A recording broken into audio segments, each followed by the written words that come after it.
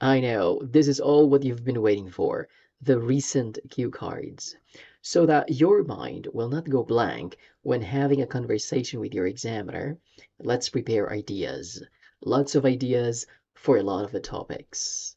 Let's get started. First, an important decision that you once made.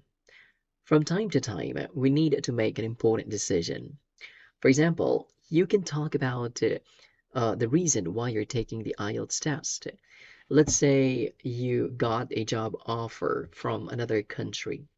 So you decided to take that job offer because it'll change your life positively.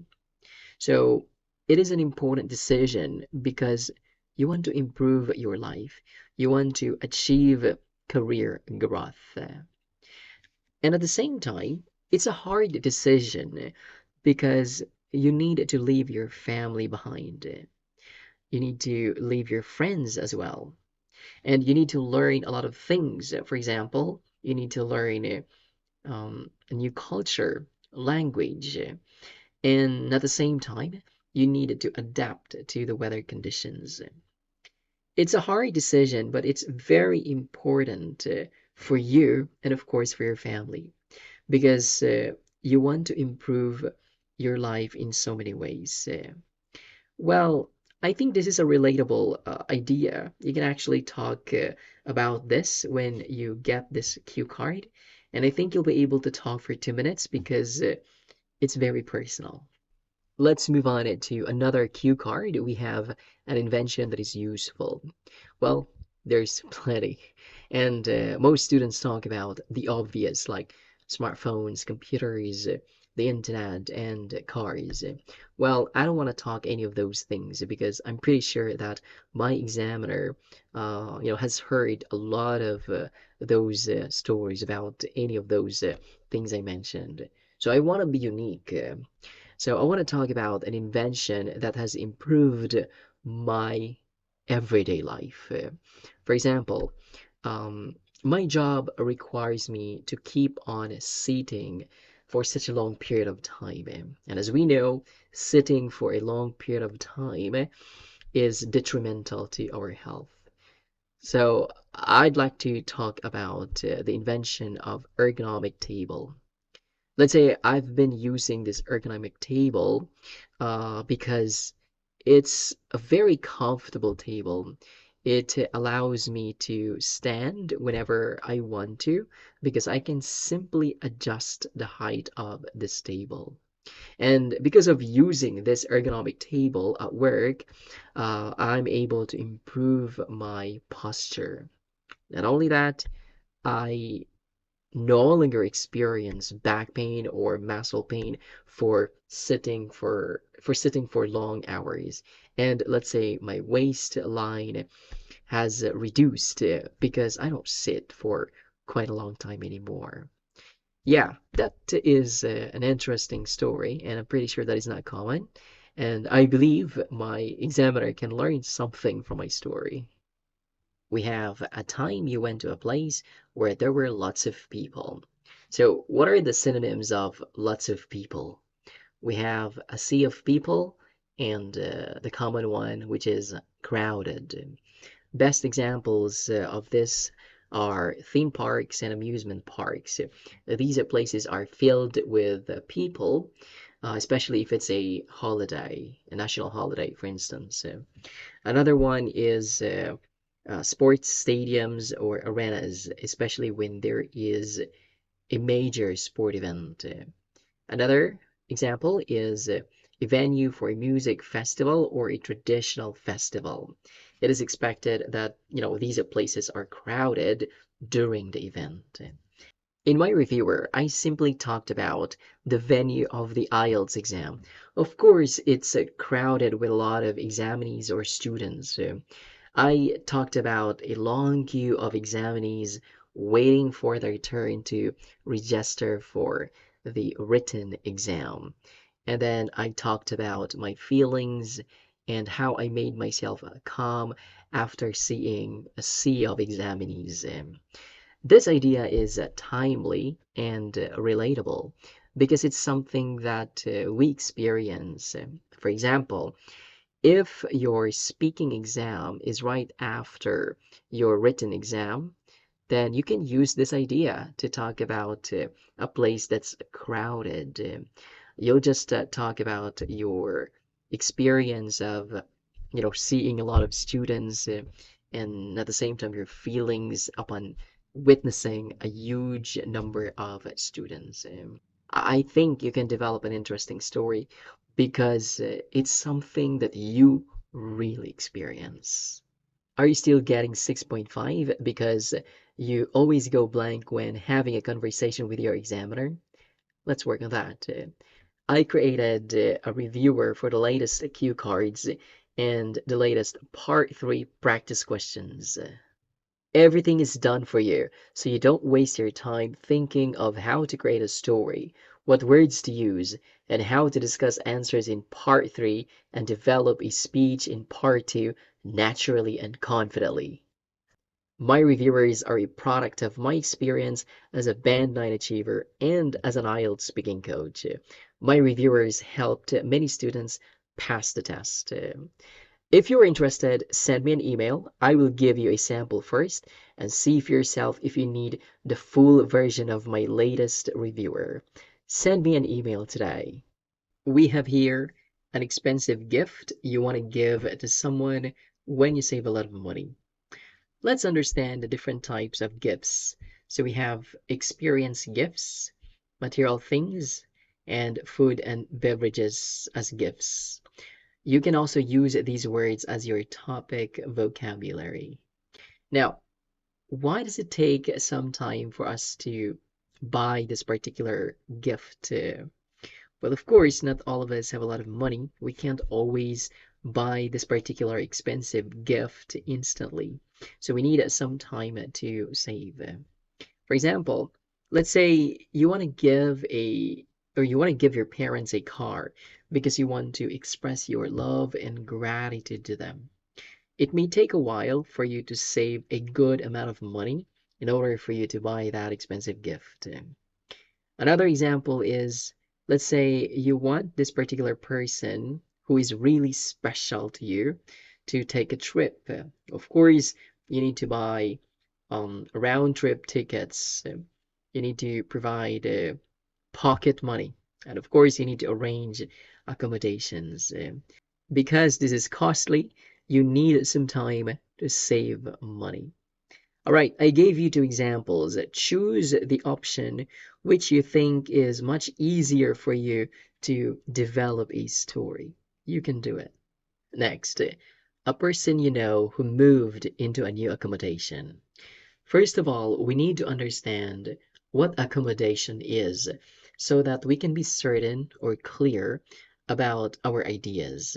It'll be much easier for us to generate ideas when we know exactly what accommodation is. Based on the definition of dictionary.com, accommodation refers to lodging, a place to stay, usually temporarily, as in hotel accommodations. Now that we understand what accommodation is, let's think about the possible reasons why a person has to move to a new accommodation. Probably the lodging house or the hotel room is in poor condition. Let's say the facilities are just too bad. For example, air conditioner is not working well. Maybe the water system doesn't have enough pressure to flush the toilet. That's too bad. Or maybe the guest feels deceived because the advertisement of the hotel looks really good, looks amazing, but in reality, it's actually the opposite. Well, there are a lot of cases that advertisements are advertising the hotel in a very good way, but when you actually visit the hotel, it's just a complete disappointment. So these possible reasons can already give you ideas on how you can develop your story, on how you can, provide more ideas about this topic. We have an occasion when you got lost. Now, why do some people still get lost when traveling to an unfamiliar place, despite the fact that there's already a Google Maps application. Well, perhaps this person simply doesn't have a sense of direction. Or maybe this person is not adept at using the application. Or it could be that he cannot connect to the internet. Therefore, he doesn't have any access to the application. Let's say he talks with the local people asking for help to find the right direction. But unfortunately, these locals cannot speak English. Therefore, these people cannot really help him. Now, those are possible reasons that you can use in your story. You can mention at least two reasons so that you'll be able to, extend your story. You can provide more details. So, what reasons do you think you can use in your story then? Let's move on to an enjoyable experience in your childhood. This is relatable. Now, some ideas that probably you can create a story are your first experience of watching a 3D movie at the cinema. For sure, you did have a great time. You did have fun watching that particular movie. Perhaps you were so curious about the things that were going on when watching that 3D movie. Probably you had a lot of questions why those things were so realistic as they unfolded in your very eyes. For sure, that'll be a wonderful story that you can share with your examiner. Or maybe you can simply talk about your lovely experiences playing with your friends outside, like all day long. You didn't have any problem or worry because all you had in mind was play. Unlike these days that you actually have a lot of obligations as an adult. Now, some synonyms of the word enjoyable that you can use, we have here pleasant, amusing, entertaining, lovely, and delightful. Congratulations to my one-on-one coaching program student who finally achieved a Band 7, Ben Ovalen, Band 7. If you need a coach to help you work on your weaknesses practically so that you can definitely get a Band 7, just send me an email. Let's talk about a book you read many times. Well, the best advice I can give you here is to talk about a book that is related to your work because it's an easy way to develop a story. For example, if you're in the medical industry, let's say you're a nurse, talk about a book that teaches you a certain procedure that is very useful in the hospital. And you read that book many times over because you want to be reminded of it. Or maybe if you don't want to talk about something that is related to your work, talk about something that is of your interest. Let's say you're into self-development. So talk about it. You can pick one certain book that changes your life, and you read that book time and time again because you want to be reminded of your progress, what you achieved in life. And these things motivate you to keep going in life. Well, I think that will be a very interesting story. Let's talk about an interesting job. Now, in my reviewer, my examples of an interesting job are sommelier, an ethical hacker, and a voice actor. Now, let's talk about an ethical hacker because it is really interesting. Now, an ethical hacker is a person whose job is to hack the company's website purposefully. So basically, he is hired to do that. Now, the main reason why a company wants their website to be hacked by this ethical hacker is to know the vulnerabilities of their website. So once they know the vulnerabilities of their website, they can actually implement more security features so that their website will not become vulnerable to hackers. Now, this job requires enough knowledge about information technology and at the same time programming. And this is a very lucrative career. Another one is sommelier. Now, a sommelier is a person whose job is to taste wine. So he needs to know different types of wine so that he'll be able to match the wine to the menu of the restaurant. Many restaurants, especially fancy restaurants, hire sommeliers because they're very important. When they know how to match the best wine to the menu of the restaurant, they'll be able to provide the best dining experience to the diners. Now, this job is lucrative and it's also very interesting, aside from the fact that they are tasting wine, they can travel the world and visit different kinds of vineyards to find the best wine. So, which of the two choices do you think is much easier for you to talk about? The first one, which is an ethical hacker, or the second one, a wine taster or a sommelier? Which do you think? We have a new shop that opened in your city. Is it a convenience store? Is it a pet shop? Or is it an electronic gadgets and accessories shop? What is it? I want you to focus on one particular aspect of that shop, which can help you generate more ideas.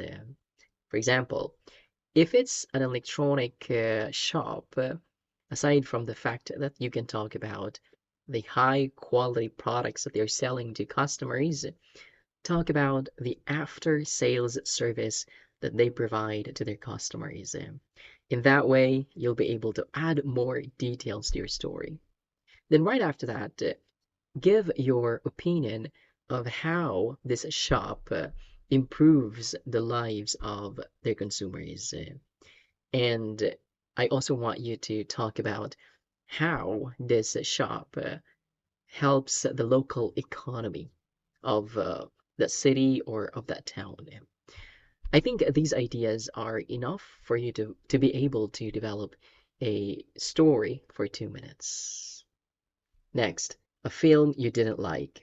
Well, just simply talk about the reasons why that film disappointed you.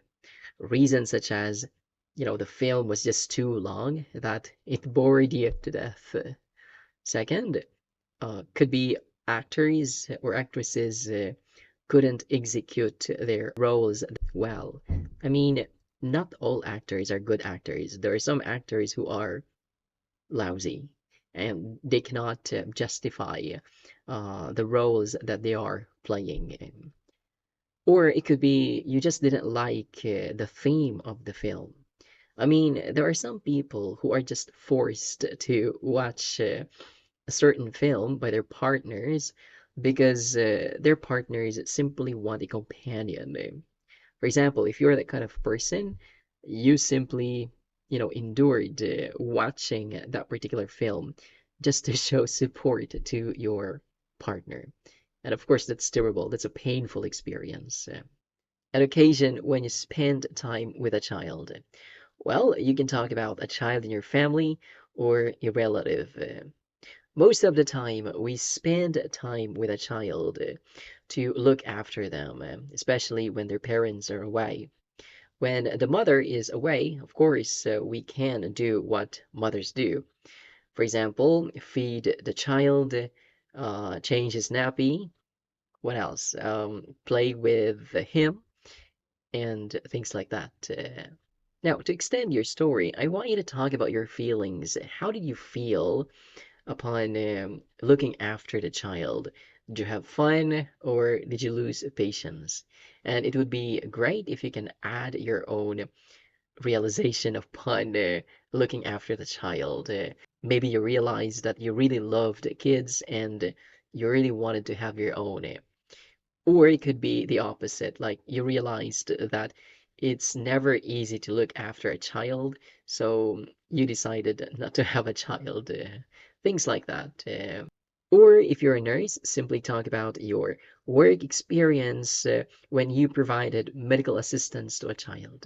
I think it's a very easy story to develop because it's something that you are familiar with, or it's something that you actually do.